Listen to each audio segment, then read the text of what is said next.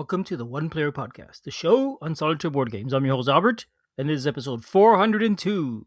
Cowabunga! Wow. Hey, Julius. That's the best I got. That was great, actually. That was unexpected, even.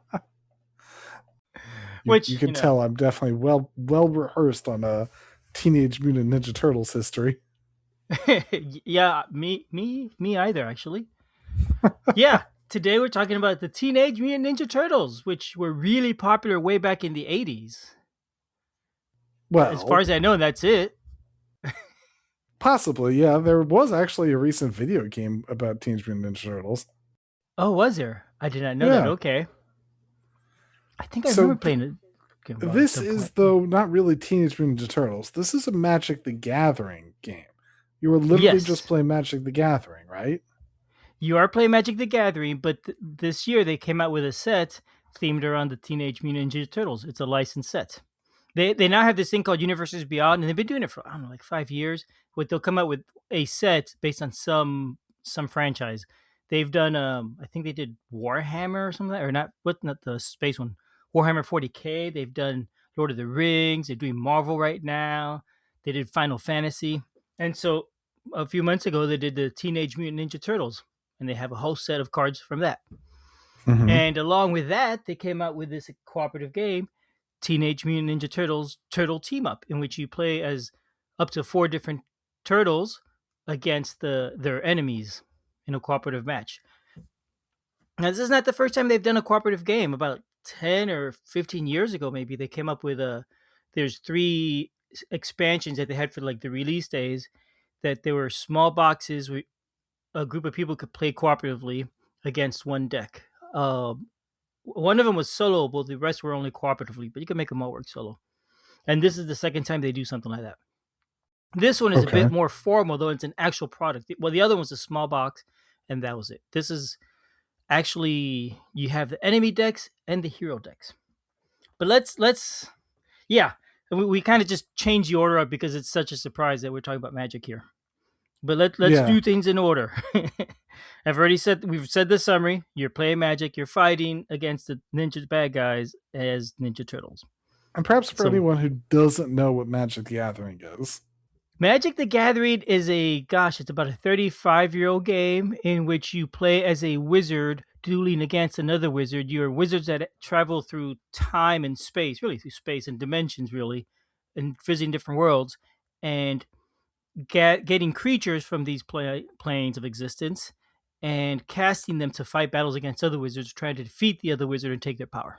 That's the theme of that game. Basically, it's a hand management card playing game where you're playing cards that give you magic points, which are resources you could spend to play creatures or spells, and then the creatures and spells you could use to attack your enemies with and fight them. And innately, Magic the Gathering is a collectible card game, which means that you don't get there's not a board game experience. You are intended to purchase packs of it, and then you build a deck against the other player, and so it's intended to be a 1v1 random stuff in a very expensive deck to be able to find what is that you want to be able to play against the other person. Yes, and it is not only a collectible card game, it is the first collectible card game, the one that invented the genre, right? So, very famous. Honestly, if you don't know about this already, that's a problem. You really need to go and find out about it and then come back and listen to the show. You have no idea who our audience is. I have no idea who our audience is, but I'm going to assume you guys at least know what Magic is. Folks must know what Magic the Gathering is, but whatever. We will get into a little more about that. Let's talk about the components in this game, though. It comes in a smallish box. It's a square box, something like 6 by 6 inches by 5 inches tall, maybe. Inside the box, you're going to get, a health tracker for the enemies. It's a sheet. And you're going to get health trackers for the players that are shaped like turtle shells. Now, these are pretty low quality. They're like punch-out cardboard. So when you have them, they're going to be perforated at the edges a little bit. Pretty low quality stuff. There's going to be cardboard markers to keep track of the health. They're little slices of pizza. Ninja Turtles are known for loving pizza. And there's other cardboard markers, little circles like for +1 health and damage, or if somebody is stunned. Just a few little random markers. There's about a dozen of those in the box, if that. And besides that, then the main components are the cards. There's going to be 4-player decks. One in the 4 colors of red, green, blue, and white. Now, if you're not familiar with Magic, there's 5 colors of cards. Each color uses a different type of land as its resource. Red cards can only be cast with red mana. Green cards with green mana, generally speaking, right? There's so many cards, and they tend to sometimes change rules, so things can be different. But that's the standard idea. So this is set up with 4 decks, 1 per color: red, green, blue, and white. There is no black. Presumably, the enemies are black. Also, each deck correlates with one of the turtles. So the red deck is Raphael, the green deck is Michelangelo, uh, blue is Donatello, white is Leonardo. If that means anything to you, it does not to me. These are standard Magic cards. When they came out with the turtle release, if you bought packs of cards, you could get some of these cards in them. So they're not very special cards or unique or anyway.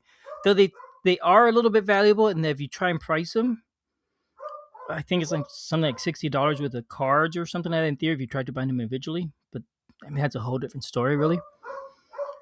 Besides, my dog's barking. Besides those 4 decks, you have 38 event cards that will be used by the enemy.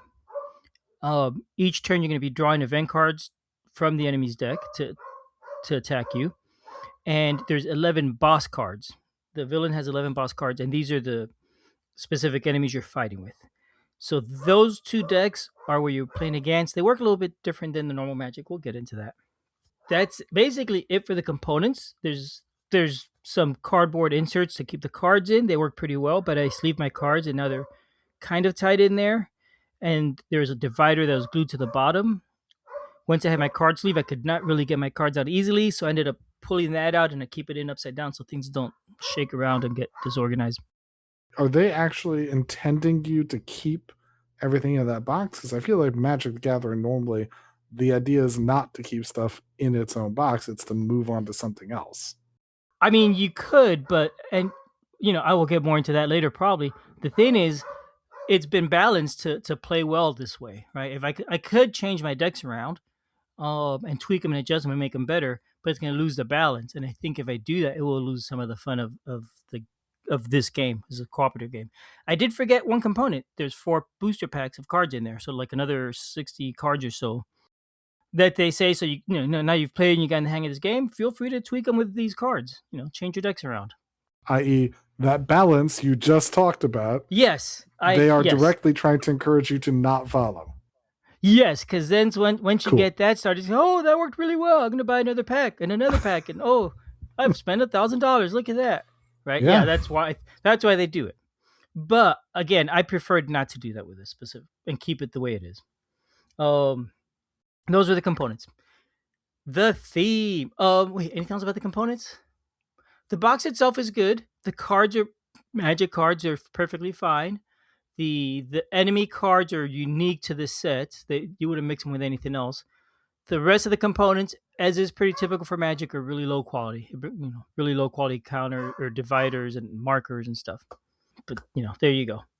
Okay, theme. It is Magic the Gathering. It doesn't feel all that thematic to me when I play it. It's kind of thematic, but it's pretty light theme on this game, honestly.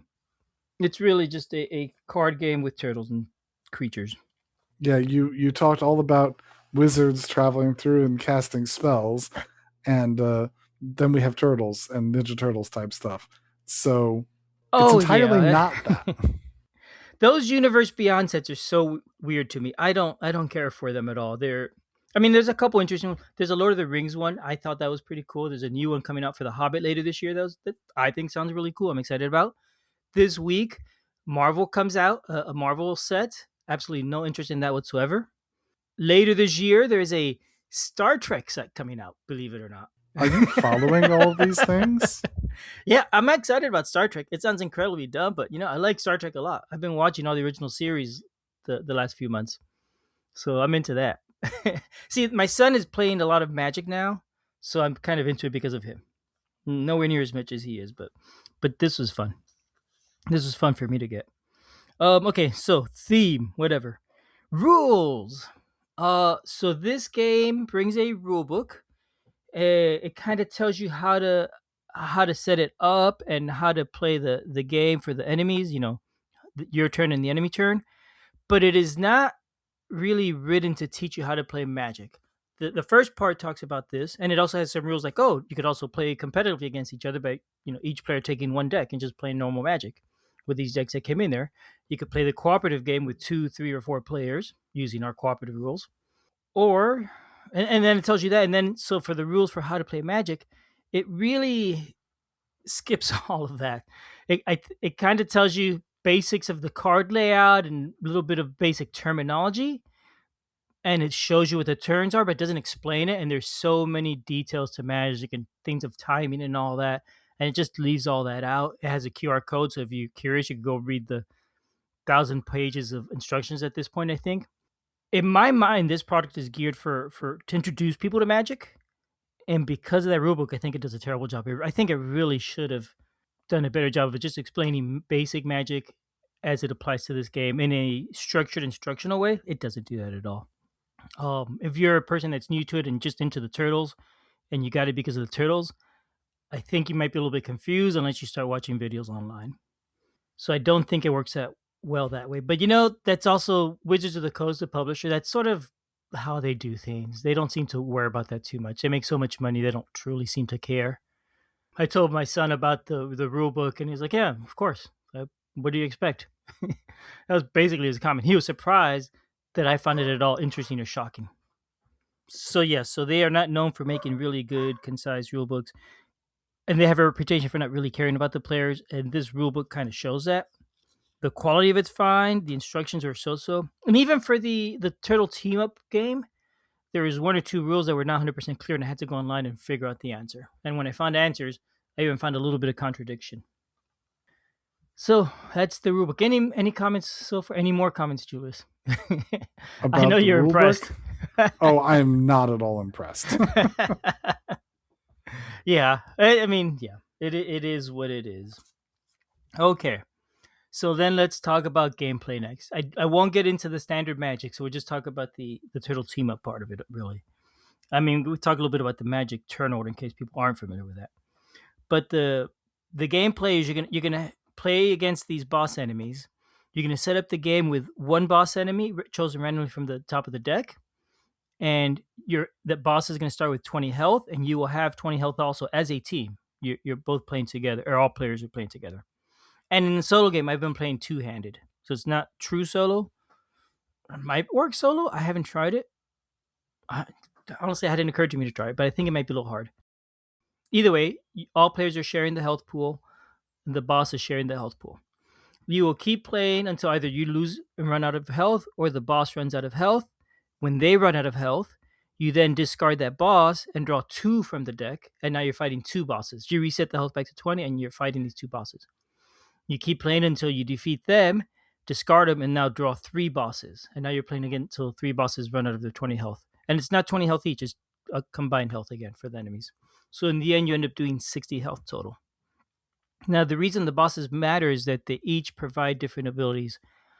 There's a variety of abilities. One of them says um, all ninjas have death touch. Death touch means that if you attack and they block, or if they attack and you block them, it kills you automatically, even if you're tough enough to take that attack. If your health is high enough, And I just want to double check. If, let's say, you didn't know what Death Touch was in the box and in the materials, there's no way for you to find that out.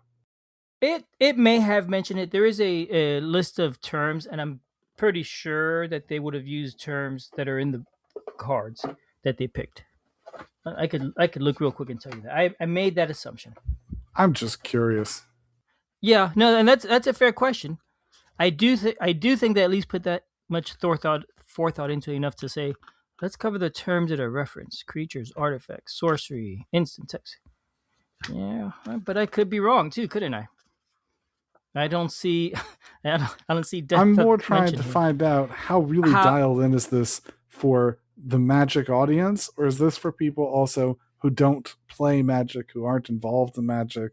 Like, Yeah, is that at all their target audience? I don't. I was. Let's come back to that. Regarding death touch, I don't think it doesn't say it in the rulebook. I think it says it on the card. It probably says it on the card. A lot of the Magic cards will tell you what it means on them if there's enough space. If there's already too much other text, it'll leave that out and just say that keyword and presume you know that keyword. I definitely know they do that for some of the cards here. I can't for sure say they do for all of them, but I do think the ones that have Death Touch, for example, will say any creature that blocks it will die, or that gets damaged by this one will die. Yeah, I'm looking. They have all of the cards available online Mm-hmm. if anybody wants to look Yes, through them. I'm looking through it, and I do see that many of them have in parentheses the explanation of what that term is. I haven't found Death Touch in specific, but okay. there's one that has a lizard, I think, a skinny waiter lizard or something, and he has Death Touch. I think that's one of them. I don't know, but But I'm sure it's yeah, there because everything else is, or the vast majority yeah, of them are explaining it. I do think they were at least deliberate about making sure that the cards are pretty accessible.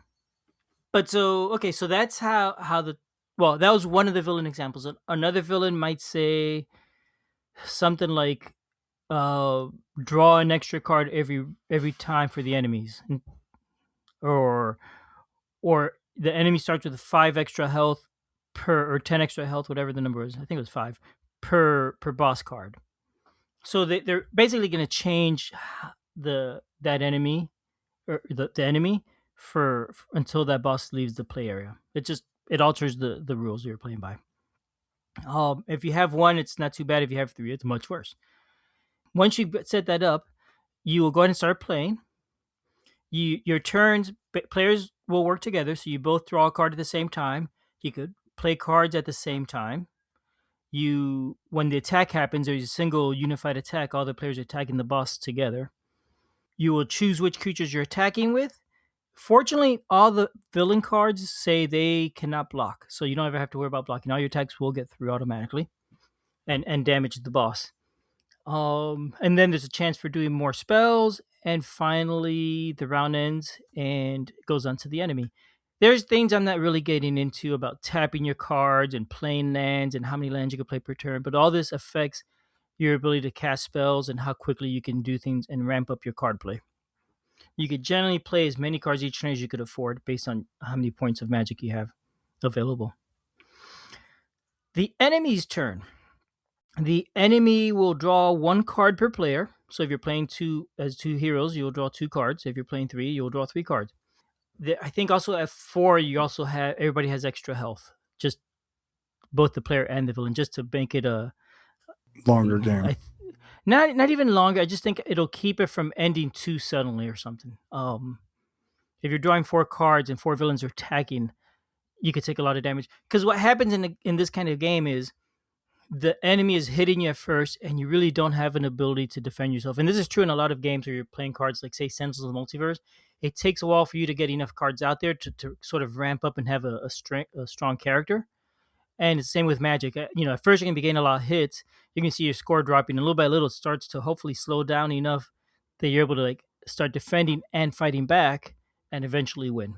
That seems to be the general curve of the gameplay. So anyway, the enemy will draw 2 cards and then attack you. The cards that you draw could be villains or could be enemy cards. Any enemy that comes out, or any creature that comes out on the turn they came out, they can't attack. They have summoning sickness, it's called, which basically means you just got summoned from some other plane of dimension or dimension. You're like, "Ooh, I'm woozy. What's going on here?" And it takes you a whole turn to get your buried and realize you should be fighting. So they cannot attack the turn they come out. The other cards that are in the deck are event cards, and they're sort of like in Magic sorceries. They have some effect that will happen immediately, and you discard them.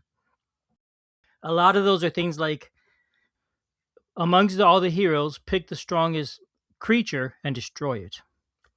So automatically just kills whoever's the best, strongest creature you got, or pick 3 creatures and destroy all the others. Things like that. There's also one that says, shuffle all the discard and all the deck together and form a new deck. So that way it keeps it a little random. So you will draw the 2 cards and do the attacks from the enemy. You can choose to block or let the attacks through, and then you take your turn again. That's the basic gameplay. You're going to keep playing until either you reach 0 health or your enemy has reached 0 health 3 times.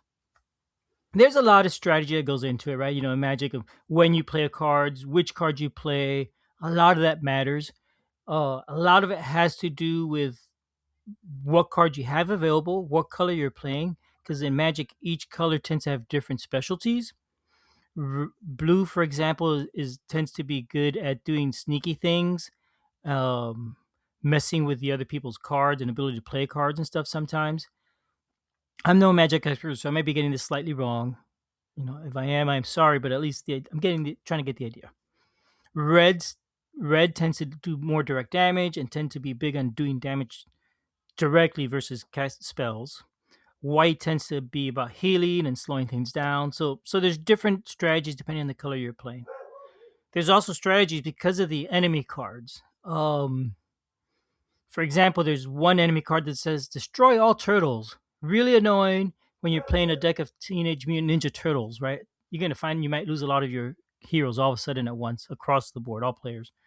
So there could be strategies about saving some of the turtles for a little longer because that card hasn't come out yet, and it's going to be in the deck, so it's got to come out soon. There are some creatures that aren't turtles, so maybe go ahead and play those, waiting for that card to show up. Whatever.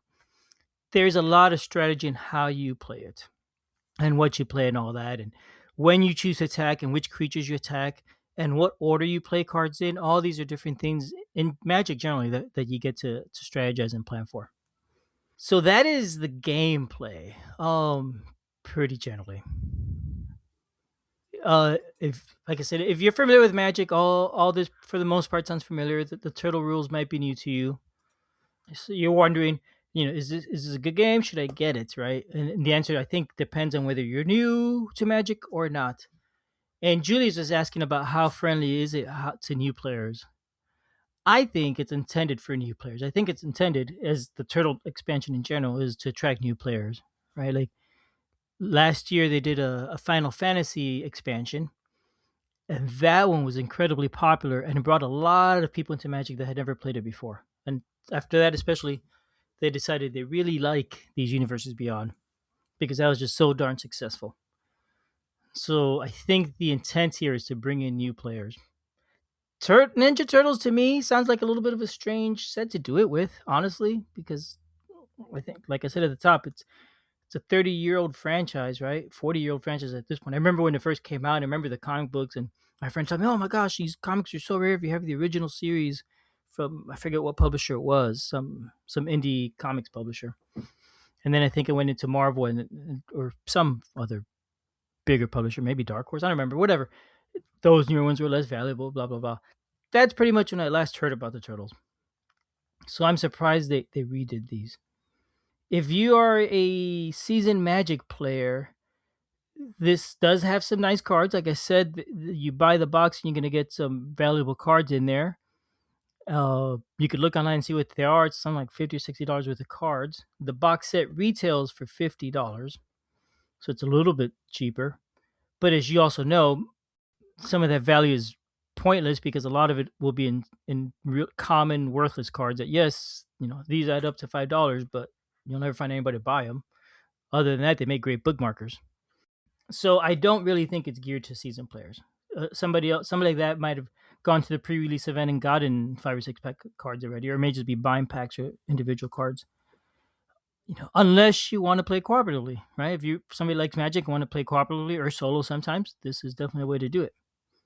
If you're new to Magic, I think this is a good introduction to it in terms of, it's a decent set of cards. They seem to be really well balanced. Every time I've played, I haven't won every game, but when I've won, it's always getting really close. Where it's like, man, another turn and I might be dead, and then suddenly it really starts to turn around for me. And I keep seeing my score creep down, and I'm sure I'm just gonna fail, and then it somehow works out. So it always feels satisfying when I play. If I win, if I lose, it feels less satisfying.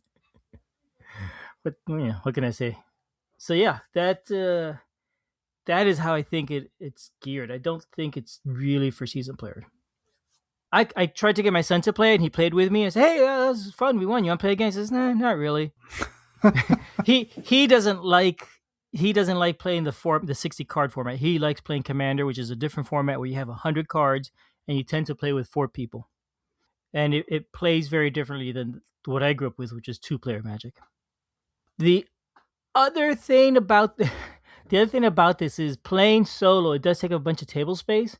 So to really to make it work, what I've been doing, and which is what I learned from When you're somebody playing in solo, BGG. essentially you're playing just multi-hand. Is that the idea? Yeah, I'm playing two. I've been playing two hands. You could do more. What I do is I set up my cards on a cross in a row. I'll have my enemy row on top, below that one row for whichever color, and then below that another row for the next color. Usually when you're playing Magic, you tend to people tend to play all their lands along the bottom, maybe groups of three or something or whatever, and then above that the creatures. Playing solo, that kind of takes up too much space, so I would just put all my lands on the left. I'll put my deck, then all my lands in a single stack, and then all my creatures across, and enchantments and artifacts and whatever. And that makes it more manageable for solo because it's a relatively small area. If you do it that way, it works. I would not want to set up like two separate play areas next to each other if I was doing solo. That would be cumbersome and just take up a lot more space. So yeah, I think it works well. I've enjoyed it. I definitely have, and I will keep playing it. I don't want, like I said, so I don't want to mess it up. I don't want to add cards to my decks, but I am curious about maybe making my own deck and just playing that, and then maybe taking it apart later, just to see how a different deck would do. It would be hard to play, slightly hard to play, with non Ninja Turtle theme decks because one card I mentioned says destroy all turtles. And if I'm pulling out one of my other decks and says destroy all turtles, I doubt I own another card with a turtle that's not in Ninja Turtle set. So it's going to be a totally harmless card. So you need to house rule that one somehow. I think the intent of that card is to destroy most of your creatures. So maybe I would say if that card shows up, say, kill 3/4 of your creature or something. I don't know what rule I would use exactly, but definitely would have to be something rather frustrating, and then it would work. But I am curious of trying other decks and seeing how that goes. So yeah, But and you're saying that you even want to play other decks. You're wanting I to do do this want to try being with other decks just to see, but I still consider this box with all its cards in it a complete whole that works well and is balanced. If I'm going to play another deck that I've made up, I expect it to be unbalanced, and that might be okay though. I could say, oh, I'm going to play this game tonight. I'm going to make a white weenie deck for fun and see how it works, and then play and maybe lose a few rounds, and then tweak it a little bit and play again until I get a deck that works. And say, okay, well, that was fun. I made a deck that worked against it and now beats it. And going through that process is fun. It's similar to how I play the Lord of the Rings LCG, where I'll play a scenario, and maybe the first time it just beats me horribly, and I'll play a few times and I'll start seeing how it's winning, and then I'll tweak my deck and change some of my cards until I get to a point where I could beat it, or maybe give up with that deck and try a different deck, and see if I could beat it, or eventually give up and play with my dwarf deck that tends to win most scenarios, right? Same idea. Mhm. You could do something like that with this. It's more limited than Lord of the Rings because it's one scenario versus I don't know how many exist in Lord of the Rings at this point because I've been collecting that for years. But it definitely works. It's definitely fun. I wish the theme were different. Honestly, I do. You wish it were Magic? Yeah, for example, I'm not interested in turtles. I never truly was at all. I never read any of the books or anything. Didn't follow You can tell from how inspired we were for our introduction today. it. Yeah, that was pretty. I may leave it just about the way it was if you could find out just how inspired we were. We'll see. We'll see how the editing comes out. But yeah, cowabunga, right? Um, Man, what did they? Are they the ones that say it's clobbering time, or is that somebody else? no, that's the thing from Fantastic Oh, Four. that's yeah. See, I don't Good job there. know. Ugh, this is horrible, Albert. Yeah, not for you then. I Do mean, you play Magic? entirely not. Have you played Magic? My personal opinion is that the entire distribution method for Magic and similar games with random packs is so anti-consumer Yeah. that I will never ever want to buy into them. Regardless of how much of a draw or how interesting they are, I will not buy into something that is so anti-consumer. I'm simply not going to do it. And Mm-hmm. this product doesn't even sound good or interesting to me. So I certainly wouldn't want to get this, neither as a solo person or as a player of this. Maybe if I were super into Magic, this would be fun, but you're telling me that even if you're super into Magic, you wouldn't want to do that. Probably most people probably wouldn't. Yeah. Right. So this does not sound like a win at all, and I would never want to do that. There are other games that give that sort of magic feeling that are not super unfriendly consumers. For example, Skytier Horde. I've discussed this before. Yes. Skytier Horde feels to me like co-op Magic and is much more LCG-ish. They come out with expansions regularly. I don't know if they're done with it at this point. I have no idea. But there's a whole lot of decks that have been released. You can do a lot of whole deck building. You can do just standard decks for it. That one feels like an actual board game, and it feels like it's all designed. It's designed to be solo, as opposed to taking what is innately a 1v1 or a 1v1v1v1 if you're playing Commander experience and shoving it into solo. It was designed to be solo. It's designed with an enemy that everything interacts and all that plays as an actual solo game, and is not anti-consumer. you buy a game for a decent price and you're done. Yep. This is so. I get that. Such a I get pass. it. I might be the only person it's for. Honestly, I mean, I don't know. I think there might be people that like Magic and want to be able to play solo occasionally, or want to play cooperatively with their friends, and this is not a bad way to do it. And especially if you like turtles, but I do agree it probably does not work for most people. I think it probably falls short for most people, but I tried it in that case so that you didn't have to. So Thanks. there we go. Now, if you are still interested, if I haven't gotten you scared off of it or whatever, it's available online at this point for about $40. It retails for $50. If you go on Amazon, it's at $40, $41 maybe. I kept waiting until it got low because I knew this was not going to do well. When this expansion came out in general, the Turtles, I went to the pre-release event because my son was going to play, and I took him. And I got there, and there was not enough people to play. They needed one more person, or they're going to have to cancel the event. So I said, sure, I'll play. Just there was not a lot of interest in it. So I would not be surprised if it went even lower at some point because of that. So it might be something you just want to watch until the price drops more. I don't know how much more it might drop because it is Magic, and ultimately Magic players don't really care what the cards are. They don't really care about the theme. They care about the gameplay. So they get over the odd themes pretty quick. I'm not them. Yeah. Once the cards, this card would be really good in my deck. Yeah. I don't care what the theme is. It's a slice of pizza? Sure. Awesome. Bring it on. It's an artifact slice of pizza in the back. Yeah. There you go. I need that. It's a legendary artifact slice of pizza. Makes perfect sense to me. Can't. So yeah. that's a Magic the Gathering Teenage Mutant Ninja Turtles Turtle Team Up. I think I'd rather go have some actual pizza. Oh, I like it. Yeah, I'm in for that. All right, with that, I'm off to dinner, Albert. All right. Bye. Bye, everyone. Bye.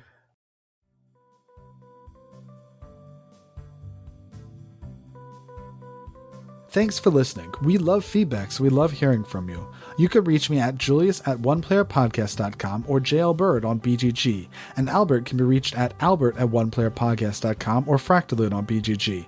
Our website is oneplayerpodcast.com with the number 1, and we're also on Twitter at oneplayerpodcast. The intro music is copyright Angus, can be found at jamendo.com. The transition music is copyright by Dan Elduce Pancaldi, whose page is at donpancaldi.com. The One Player Podcast is protected under a Creative Commons share-alike license. Thanks for listening.